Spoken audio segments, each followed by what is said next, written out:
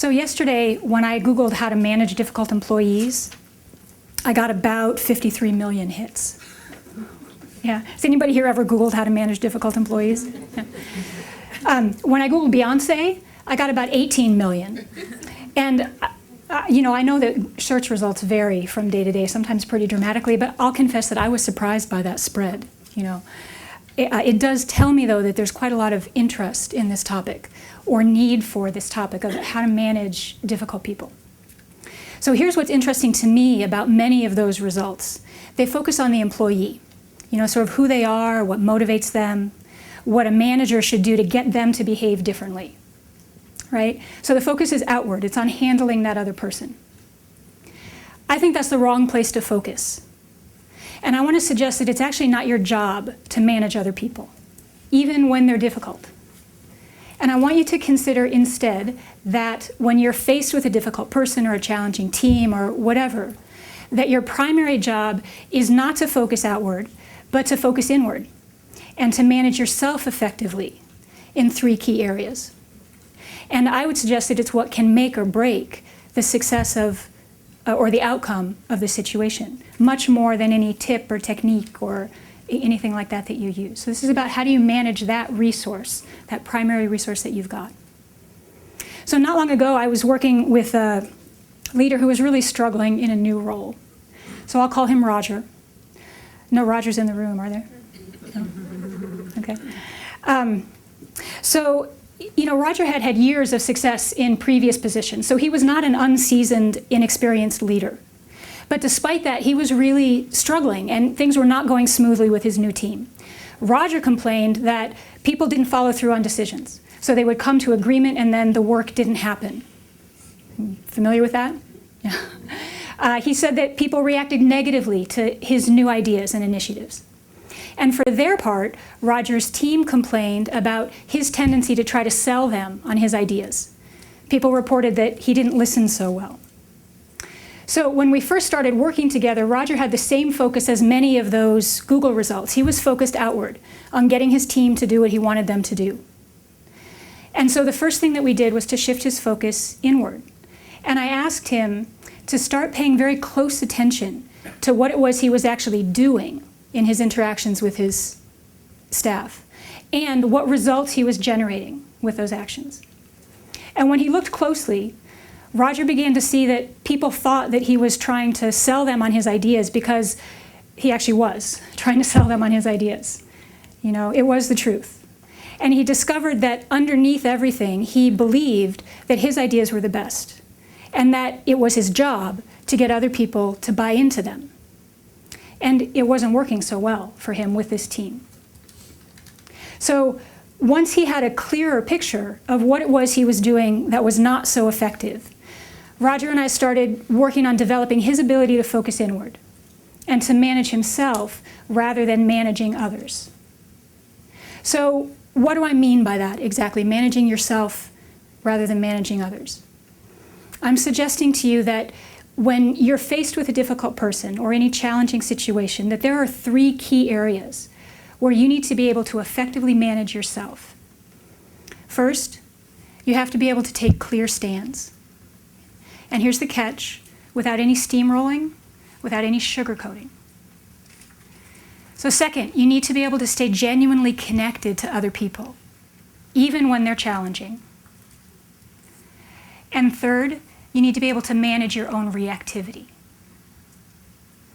So first, taking clear stands. This is an essential part of leadership in general, right? My guess is you all take stands every day, day in and day out. And it means pretty much exactly what it says. Do you have a flag, and do you know where you're planting it? And can you articulate that position clearly and directly? So when it comes to dealing with difficult people or a challenging team situation, that stand might have to do with, say, your expectations for how your team operates together, how they communicate together. Or maybe it has to do with your assessment of a team member, an individual team member's work performance. What matters is that people know what you think, why you think it, and what you want. So in Roger's case, he actually knew where he stood. He had clear expectations. But he wasn't actually taking those stands with his team. Instead, he was disguising them in leading questions. Has anybody ever been on the receiving end of that? Yeah. And knowing chuckles. And as a result, people ended up feeling manipulated. It's not surprising. So second, staying genuinely connected to other people. This is another critical skill, because without it, you can plant your flag wherever you like, but it's unlikely that someone who's in conflict with you or in some challenging situation with you is going to want to stay engaged. Okay? So staying connected simply means, are you emotionally attuned to other people? People want to know, again, particularly if you're in having a tough conversation with them, people want to know that you get their experience, that you get their point of view. Not that you agree with it necessarily. I've worked with a lot of leaders who think, well, if I acknowledge it, then they'll think I'm agreeing. That's something different. But that you get it. That you care enough to ask, well, how is this affecting you? Or what do you think about this? And that you're willing to stay open to the answers, even if you don't like them, even if they're hard for you to hear. So, taking clear stands, staying connected, this is not rocket science. You may have noticed. My guess is it's not an unfamiliar concept to you. And I've shared these ideas with many leaders, and not one of them has ever said to me, I don't get it. So this is pretty simple stuff in theory. In actual practice, this can be some of the hardest stuff in the world. Right? Do people know what I mean by that? Most of the leaders that I work with have challenges with either steamrolling or sugarcoating their stands or not being able to stay well connected to their teams or their constituents or whoever. Which brings us to that third key area, right? Where you have to be able to effectively manage yourself, and that has to do with your own reactivity. So I see a couple of nods. People know what I mean by that word reactivity. We all have triggers. Right? I was talking to someone just at the break and the word triggers came up. We all have triggers.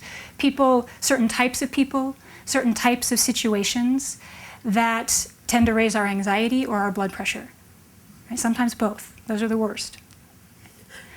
So in response to that, we tend to react in habitual ways. And those ways are usually not so skillful. So vulnerability is a trigger. And I believe that there's something about both taking clear stands and staying connected that taps into our sense of vulnerability. So I want you to think about that for a minute. If I really clearly say what I think, why I think it, what I want, I open myself to all kinds of potential risk, right? What if people don't like what I have to say? What if someone's hurt or upset by the stand that I'm taking? What if I'm wrong? And the same thing is true with staying connected. The thing about staying connected is that it's easy to stay connected to someone I like who agrees with me. And it's much, much harder to stay connected to someone who I may not like so much, who disagrees with me or is causing me trouble. It's making my life difficult. And truly staying connected means being open to being influenced by another person. Like I'm willing to have my views changed by what I'm hearing. And when that's coming from a difficult person, man, there's a certain vulnerability in being that open. So, to protect ourselves from that, we fall back on our own particular reactive patterns. My patterns are different from yours or different from someone else's. We all have our own patterns. But that dynamic of using them to protect ourselves is pretty universal, I think. So maybe in a tough conversation, I'm afraid of the reaction that I'll get. And so I sugarcoat my stand just a little bit.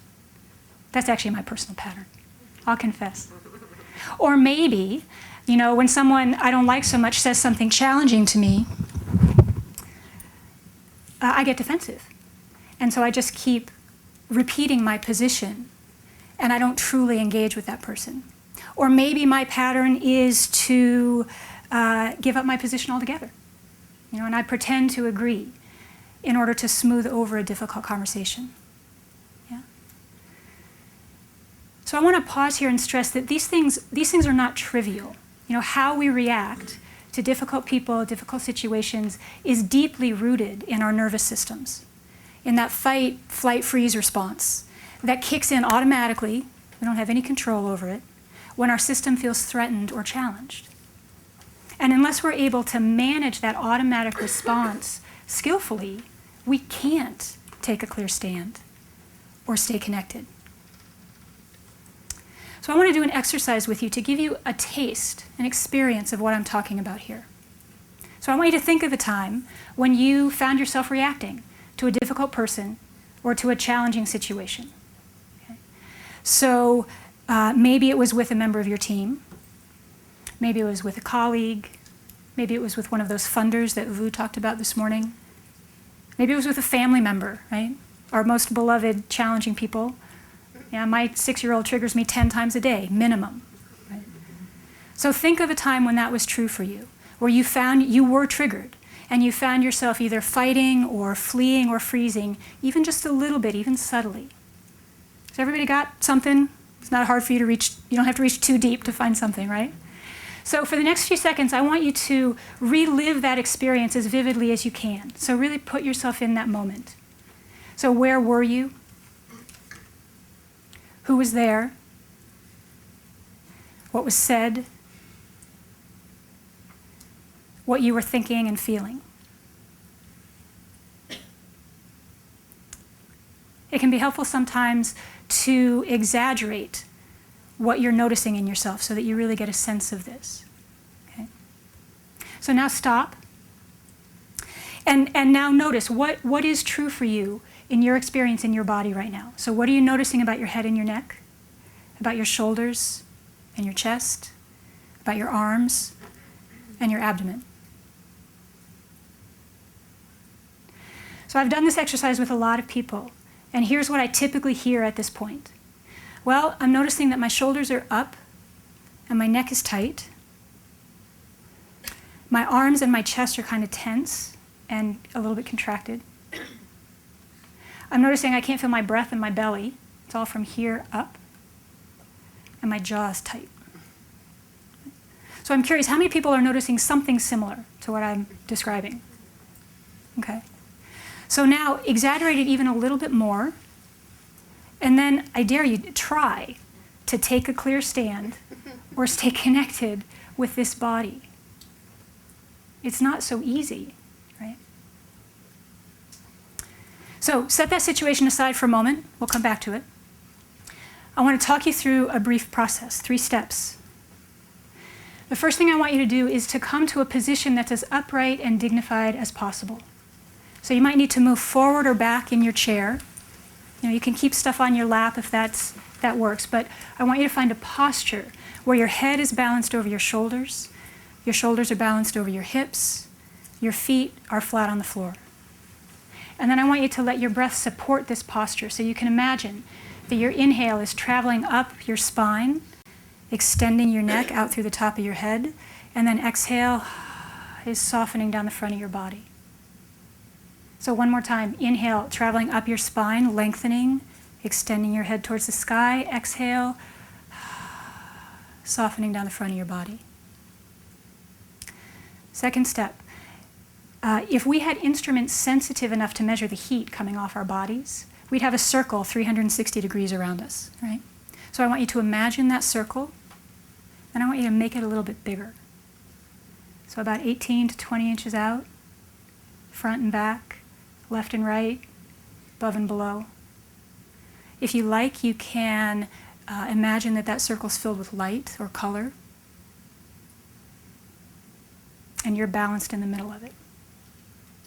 And then third step, with your next exhale, I want you to let your shoulders and your jaw soften as much as you can. Now, maintaining this open and centered stance as best you're able, I want you to recall to mind that same situation that you were thinking about just a few minutes before. And I want you to notice, is there anything different in your experience or in your perception of that situation? So again, many of the people that I do this exercise with report that there is in fact a difference that they notice when they make the shift from this to this.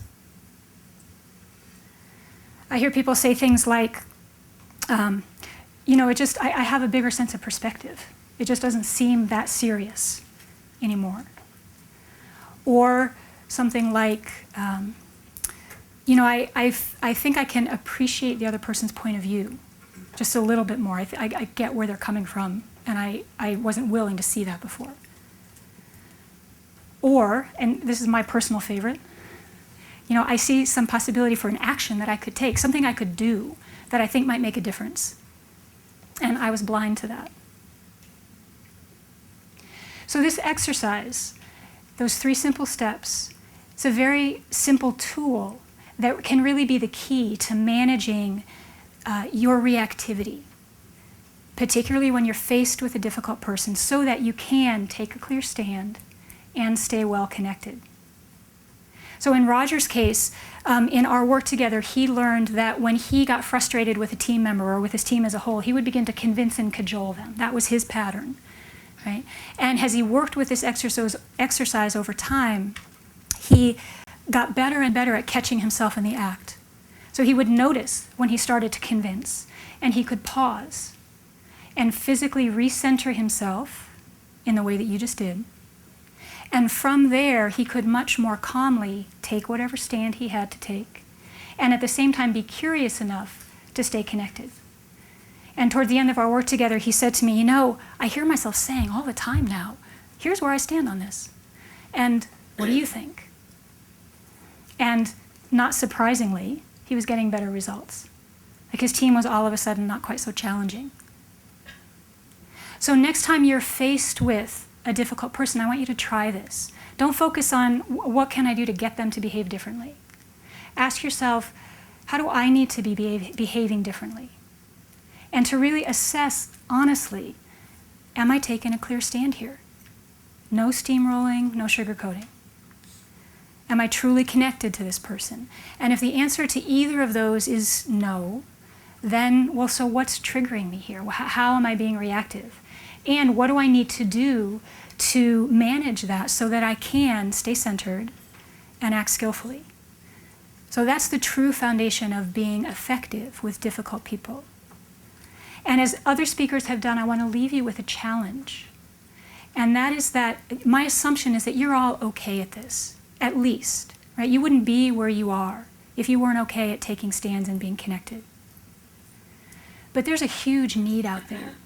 And I would argue that the children and the youth and the families that you serve need more than okay. They need you to be masterful at this. So I really challenge you to take this on and work with it and see what happens. So, thank you.